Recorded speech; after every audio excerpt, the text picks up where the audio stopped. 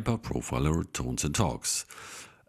We are still in Let Me Throw That Device at You country, and this time I'm looking forward to this very much, especially because it's a little bit of a hometown flavor connected to this, and this hometown is basically not my hometown, but my new hometown, which is Hamburg, Germany.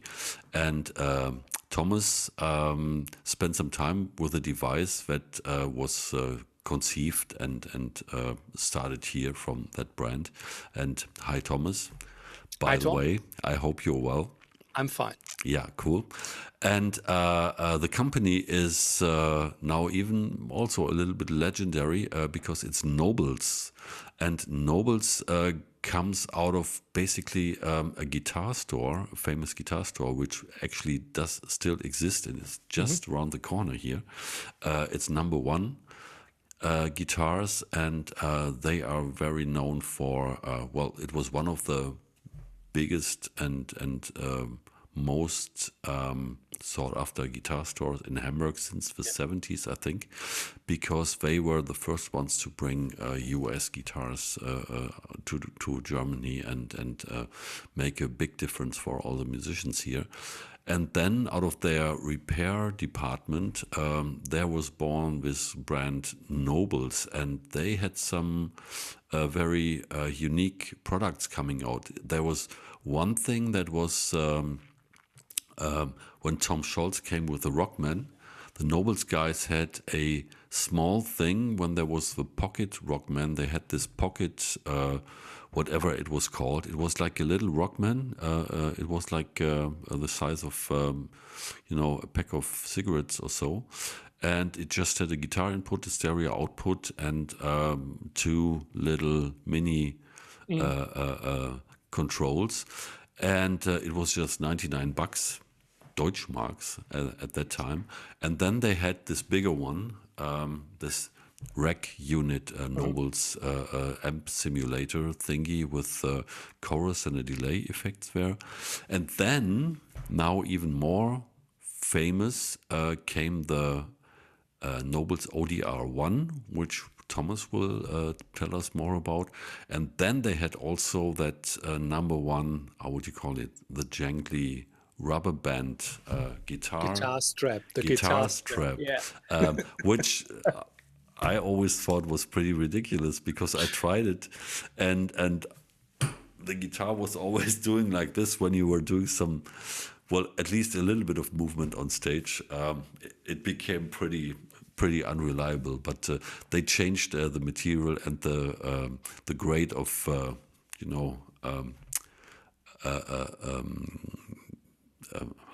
how do you call that? Anyways, you know what I mean. And so yeah, that was pretty interesting, and they still sell it, the latest version of that. And Mr. Bernhard Kurzke, the founder of NOBELS, it's also a buddy and is not living far from here. So greetings out there to number one Guitar Center and to Bernhard, and now of course over to Thomas about the NOBELS ODR-1, the distortion pedal. Yeah, I need to mention that this pocket amp, it was a NOBELS sound studio called the Red One. I owned that. That was my first NOBELS product, and I did some recordings on a 4-track cassette recorder. So this was the first thing. Today it's Profiler and the Mac. And the older days was, I think I had the Tascam 4-track recorder and this NOBELS sound studio. So great stuff and great, overdrive tones for these days in the, I think it was early 80s that they... Yeah, this was just ridiculous. And it was so close to the Rockman, the Tom Scholz thing. I think they even got into some legal trouble, if I remember right. And the distortion character, the main tone was a little bit different, a little bit shifted, but the way of the distortion and how they took care about that non-existing cabinet there was pretty amazing. And I just found a couple of weeks ago, because I had the same setup, a 4-track recorder and that Pocket Studio. And I was once doing a soundtrack for this image film about a city close by, and I thought I just made a layout, and I used this ridiculous amount of that studio with the overdriven tone. And after a couple of weeks, I was asking the director if he had got the tape and what he thought about it, and if he wanted to have more. I said, no, it's all good. I said, what do you mean all good? Yeah, I used it. It's on the movie. It's on the air. It's on the air already. And I said, oh no, please not. But I even found it on YouTube, but I wouldn't tell you what it was. Searching for the Nobel soundtrack. Sound studio. Amazing. Okay, but the ODR-1 is one that became really much more professional, and I think you find very much songs on YouTube where an ODR-1 is used, especially in the country scene. So this is, the people say the Nashville sound, so the Nashville guitar tone. And yeah, I have something prepared. So let's see where we are. And here is the green pedal. Yay. And your version, ODR-1, you said that already NOBELS based in Hamburg and founded in 1983. So then they started all those stuff with the sound studio and guitar straps and everything. And the ODR-1 was designed in 1992 by a guy, an employee from NOBELS, and he was working at #1 Guitar Center as a repairman. He's called Kai Tachibana. I hope I pronounced the second name right. And he started in the early 80s at NOBELS. And what Bernhard Kurzke wrote on his website about him is that he had a really deep understanding in the interaction of tubes at the limit, transformers at the limit, and speakers at the limit. And in 1992, he tailored the electronics of the ODR-1 in almost 1 year. And for several months, he worked in the workshop for 2 or 3 hours, listening to a Marshall stack at full power volume, just to get a feel of the overdrive tone and how these overdrive sounds react. And then he modified the electronics a bit, took a day off to recover his hearing, and then came back and checked this stuff again, and another 2 or 3 hours of full power listening. But yeah, it worked out. It worked fine. So this is the essence of the ODR-1. It was released in 1993. And yeah, the specs are to get an overdrive pedal with less mid boost. So these days, and yeah, nowadays too, the Ibanez Tube Screamer is very, very popular, or was very popular. And he didn't like the more or less strong mid-range boost of the overdrive pedals, like Boss OD1 and Tube Screamer. So they had this not really neutral sound frequency range. And what he did, or what the goal was, to get a more natural sounding overdrive. Like an amp, he had a Bassman amp, and he liked the way that the Bassman got into the distortion or overdrive sound really slow when you turn up the volume, and the guitar tone doesn't change. And that's the thing that he wanted to have, an overdrive where the guitar tone doesn't really change, especially the mid-range. And he developed a double filter, which was unique at that point, and he called that the spectrum filter. So this is the middle, the tone control, as you can say. In the noon position, there is everything fine at nothing boosted, nothing lowered.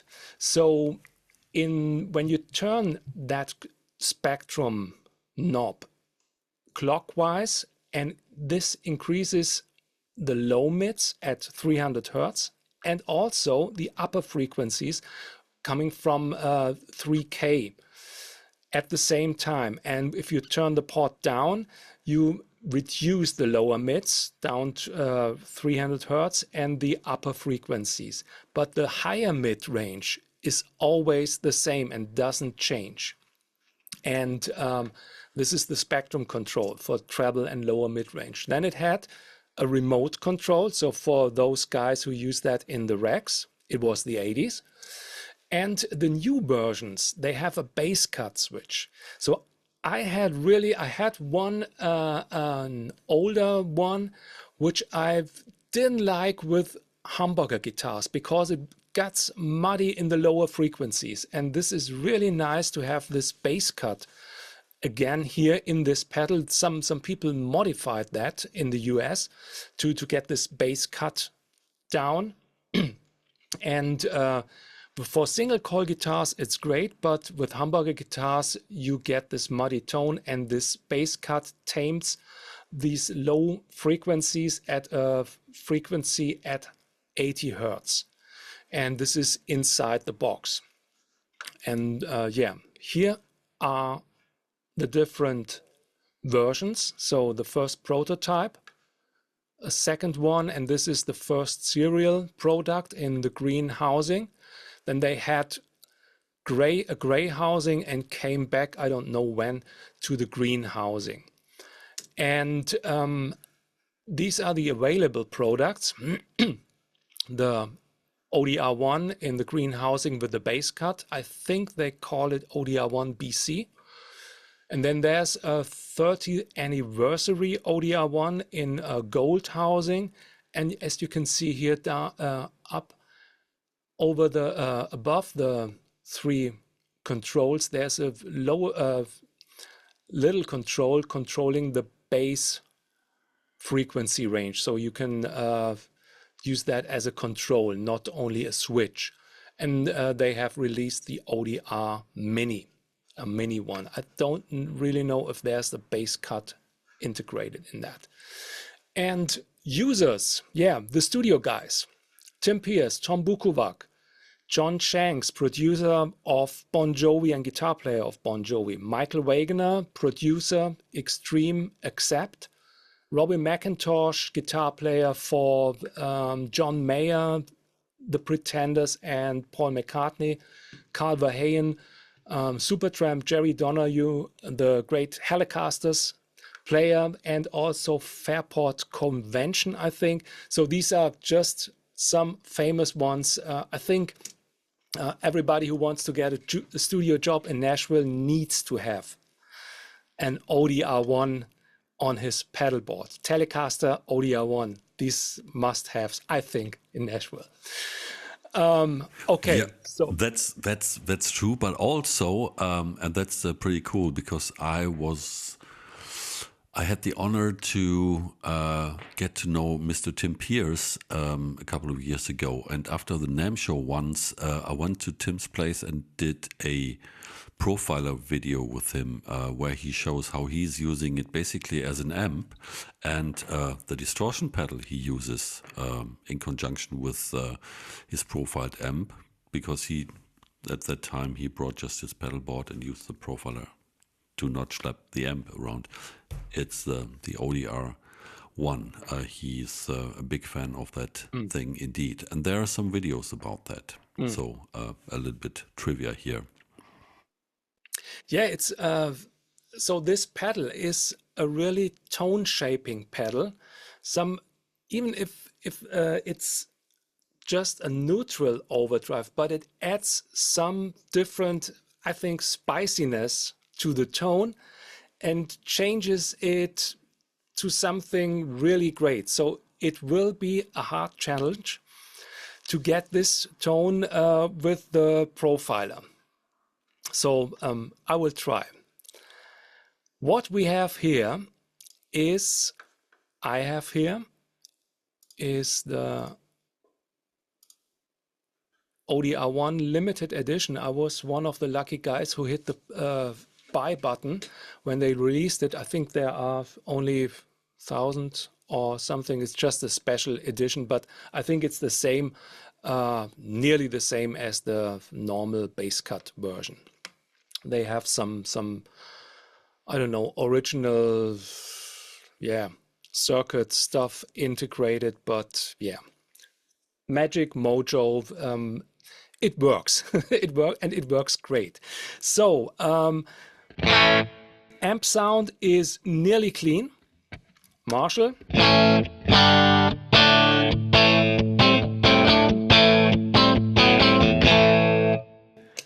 And this is the ODR-1 turned on.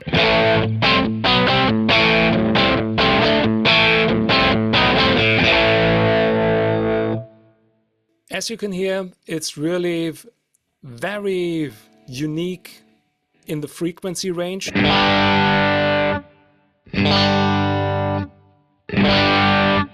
I boosted a little bit the treble and the bass.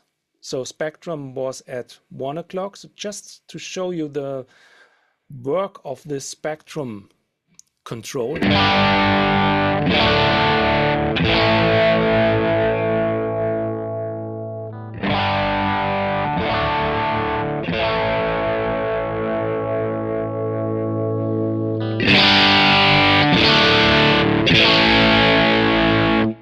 So this tone is very enhanced. And for me, just checking out the drive knob.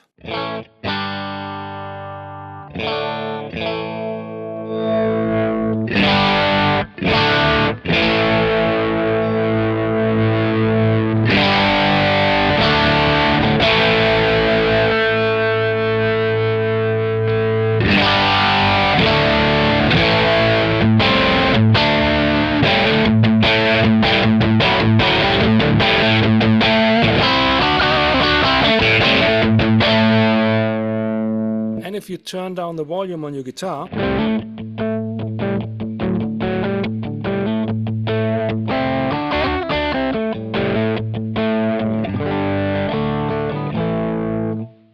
very dynamic, this pedal. And for me, the first sweet spot setting is drive at about 10 o'clock, spectrum at about 1 o'clock, and the level at 12, I think. Wait, I need to check out. Yeah, it was volume at 12. So no boost from the volume. Going back to, where are we? The normal camera. So here I am. Now I'm trying this to recreate this sound, the first sweet spot setting with the profiler, and I will show you the way I took to, yeah, it was a little bit trial and error, and I don't want to show you just the sound. I show you how I got there, and hopefully you will say that the sound is cool. Yeah, I'm wondering because of knowing now what about this spectrum control. That's most probably the biggest challenge, I guess. And you most probably couldn't do that with the Kemper drive controls, which are on offer. But we will find out, because Yeah, I'm just thinking how I would approach that. No, just go ahead. Don't. yeah, what I need to mention is you won't get a setting as a basic setting, and when you turn the tone up, it will definitely react different as the Nobels. So it's just getting one setting of this Nobles. You won't get the ODR-1 in a pedal and then change it. So you need to have different settings to. I get it. Yeah. So yeah, sweet spot setting number 1, clean amp and getting some more overdrive. So here we are. The Marshall amp, nothing's on, only natural reverb. And I prepared, that's what I tried, 3 different drive pedals. First of all, the green screen. So again, 1 chord, 2 chords, the Nobles.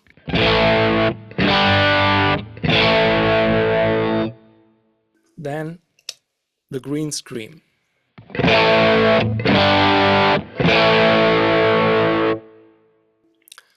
You hear this slightly mid boost. Do you hear that via Zoom? So the Yes, I do. drive is close, but the frequency range totally different. Not totally, but it's different. Again.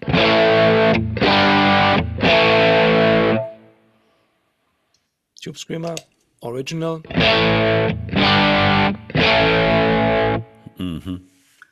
So, no Tube Screamer.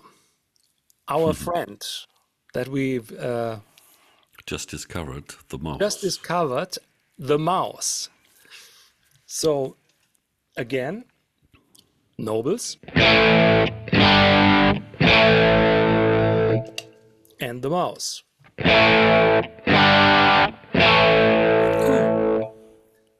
Yeah, that's what I thought. Wow. So, really, to be honest, it was a mistake. I did. I was preparing those videos, and I got to the my rig with the mouse, and just checked A and B, and turned on the mouse accidentally, and I thought, oh, that's pretty close, and thought I had the Kemper drive on, but it wasn't. So yeah, the mouse is something close, but man, not really. Going further, so but for me it would be today. No problem. Here we are, desktop. Yeah. So again, mouse with some other stuff.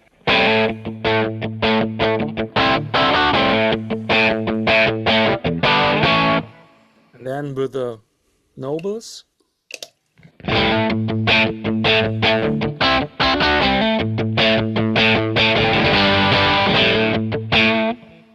So the ODR-1 sounds a bit smoother for me. It feels a bit smoother. Yeah, it's a legend. So,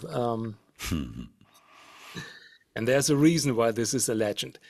Next thing, I thought, okay, use the Kemper drive, and again, the chords, famous chords.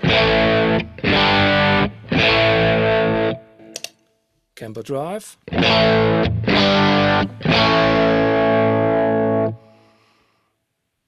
We're getting close with the Kemper drive, some close, different as with the mouse, and it has this more lower range when we just compare the mouse sound with the Kemper drive. Yeah, much more. I thought, okay, using this mix control to get the more natural tone, so to get more dry signal, dry amp signal from the profile, and mix the overdrive to this signal, and having a higher amount of drive. So when you turn the mix up all the way, totally different. Now the original. It has less drive, the original, but to get this less drive, I'm using the mix level at about 67 I had. No, it's too much.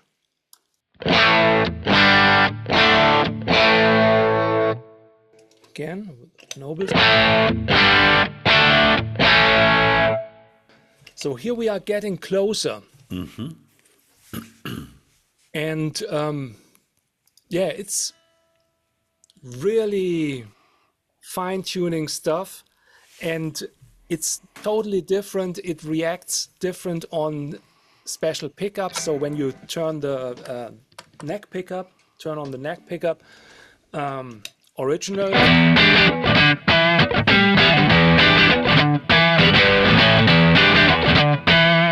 That stuff.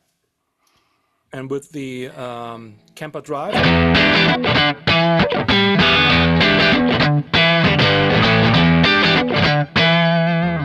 So you get this style and tone, and you get with the neck, bridge and middle pickup this.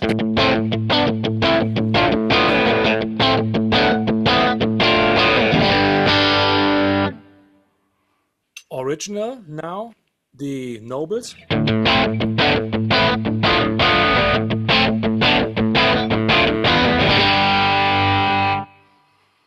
So you're coming close with that stuff. And the Nobels, I think, is a little bit more spongy, if you can call it like this. It has this jink, jink, jink. It's a little bit rounder.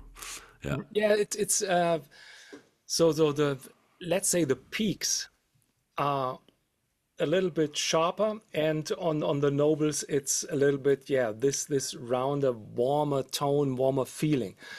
But anyways, it's for me it's quite close for this setting. And the mouse was really okay, but for me this setting with the Kemper drive and the mix level turned a little bit down, just to the needs. And sometimes when you're using humbucker guitars, you need to take some different mix level settings. I will show you now later with the Les Paul, then another setting. So it's hard to get this original tone, but the play feel and the feeling of this sound is there. And you can use that to crunch some tones, get some dirty tones. And of course it's really dynamic when you play.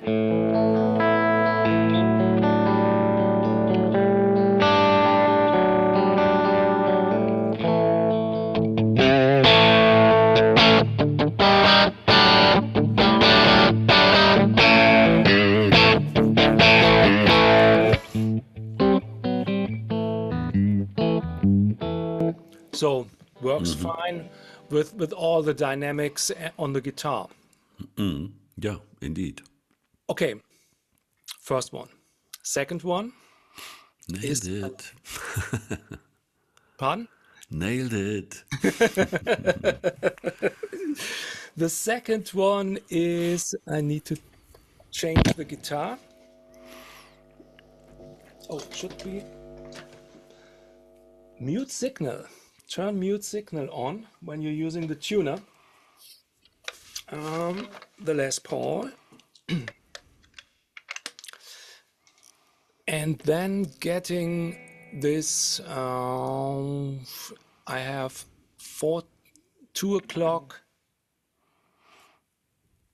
9 o'clock, and also 12. So showing the pedal here. It's higher gain level, drive level at about 2 o'clock. The spectrum turned down just to get a warmer tone.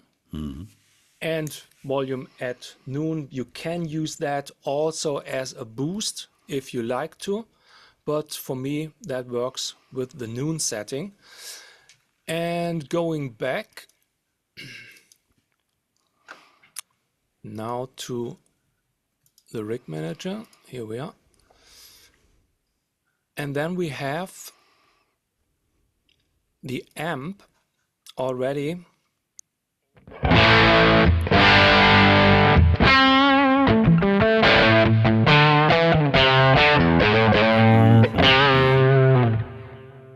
so something to play, yeah, with a little bit of delay for lead sounds, and then kick in the Noble.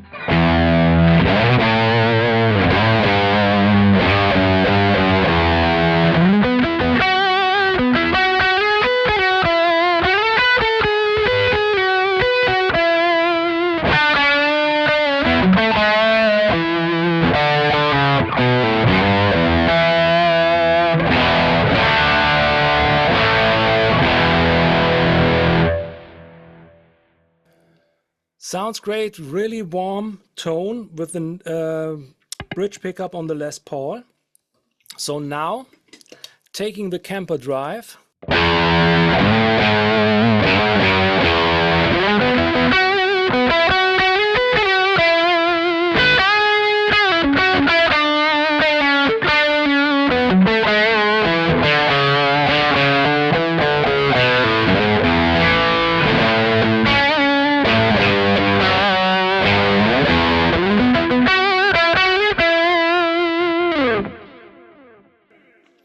So the delay is a little bit loud.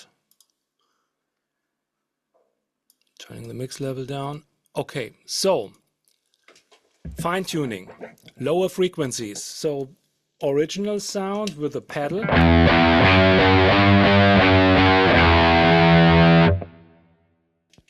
Kemper drive.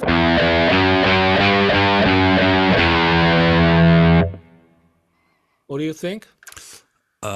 The character is pretty similar, but the Nobles has a little bit more like a thicker thing, not very low, but in the low mid department that has a different push to it. So some Very right, very right.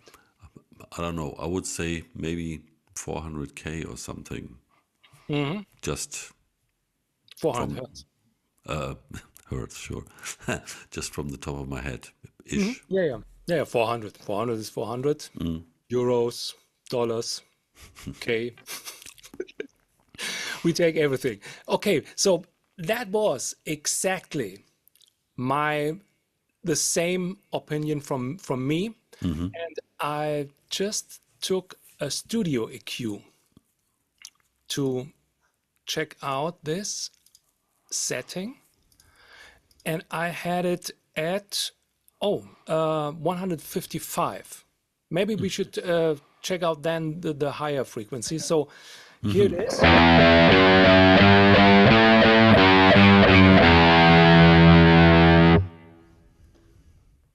ODR-1.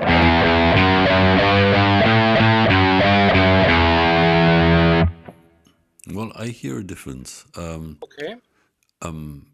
But yeah, maybe if you try to bring it up a little bit, Of course. like 350 or something. But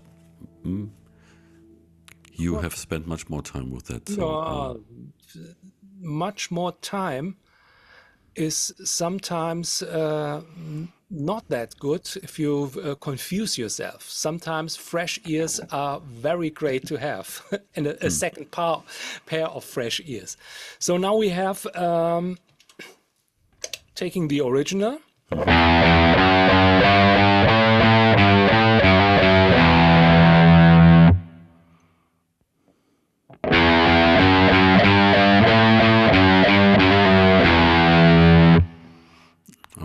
that's a little bit too high. Make Yes. it like 280 or something, 250, 200. So we come in the middle part. So for me.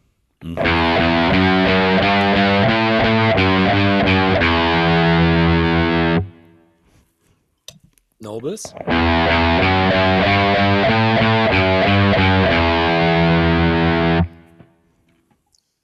So for me, it fits quite. Yeah, in the ballpark, but of course, I hear it via Zoom here. The Nobles has more, I don't know, this, yeah, again, this spongy, this from the character, I might say. So the frequency is there now, yes, but with the Nobles, the frequency is not there. It has a little bit of more. These things are difficult to It describe. shapes a little The bit different. So junk, this yeah, junk yeah. And thing. this is why it's the legend. So let's keep it Okay, that way. okay, yeah, yeah. It's the maybe the sound of the River Elbe is different than That's other stuff. That's Altona. Hamburg, Altona, yeah. Hamburg, Hamburg, Altona. Hamburg, always Hamburg, better. Altona. The Beatles got great in Hamburg, so yeah, everything coming from Hamburg is definitely great. Yeah, Cubase and Logic. I mean, Yeah, it's yeah, also Hamburg. hamburger. Right, right. Okay, so Karl Lagerfeld came also from Hamburg. oh yeah, Okay, anyways, nice guys, nice guys. yeah, And think how but jazz these music come from. this thumb this junk thing, maybe it could be brought in with the definition Yeah, dial in the amp, because that usually helps to get this going, but yeah, then you might destroy something else. So it's yeah. always you know, a Getting combination weird. of Yeah, with parameters. So yeah, leave it that way. So it's something like closed, and if you want to be a little bit more closed, then use the studio EQ. But you get this warm sounding tone, lead tone, with yeah, with the Les Paul.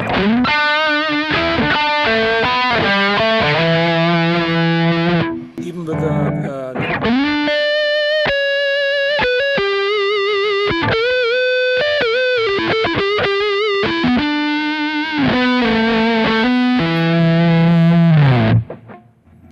and this is really, yeah, great to have.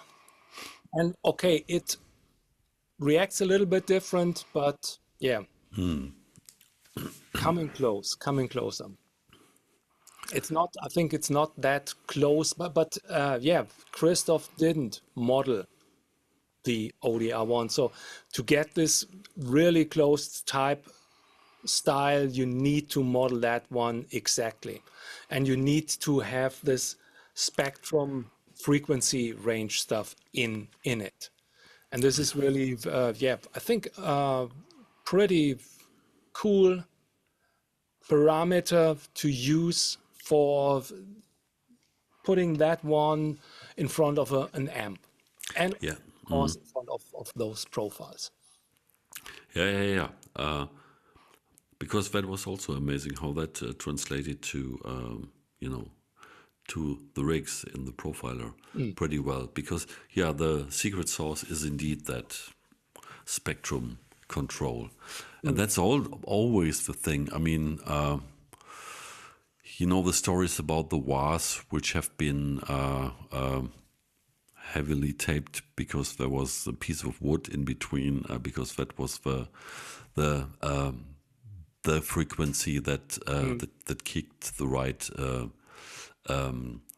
part in that particular amp somebody had, and things like this. So these are indeed the things and how they change, and sometimes the peak changes when you roll down these things with the analog stuff. That's always a challenge to find these things, but it's doable. But sometimes you have to take, you know, snapshots. And it's always the thing, does it is it useful? Does it lead me to some creative stuff? Does it help my playing? Do I get this amount of sustain? And do I get this sweet spots on my guitar? Every guitar is different. Some are really harsh in the higher ranges. Some have a more warm tone. So you need to adjust that stuff. So I had really sounds with some guitars and settings on the ODR-1 which didn't work. And you need to know it's like some other instruments stuff, screwdrivers or something, like different Phillips screwdrivers. Some is for this one, some is for that one. So use that as a tool and not as high recommended. Yeah, Holy. the lifesaver, right? Yeah, the Yeah, lifesaver. It's definitely great, but it's not a lifesaver. You need to use it as a lifesaver. yeah, and there are also different aspects to this whole thing we're doing here, actually, anyways, because once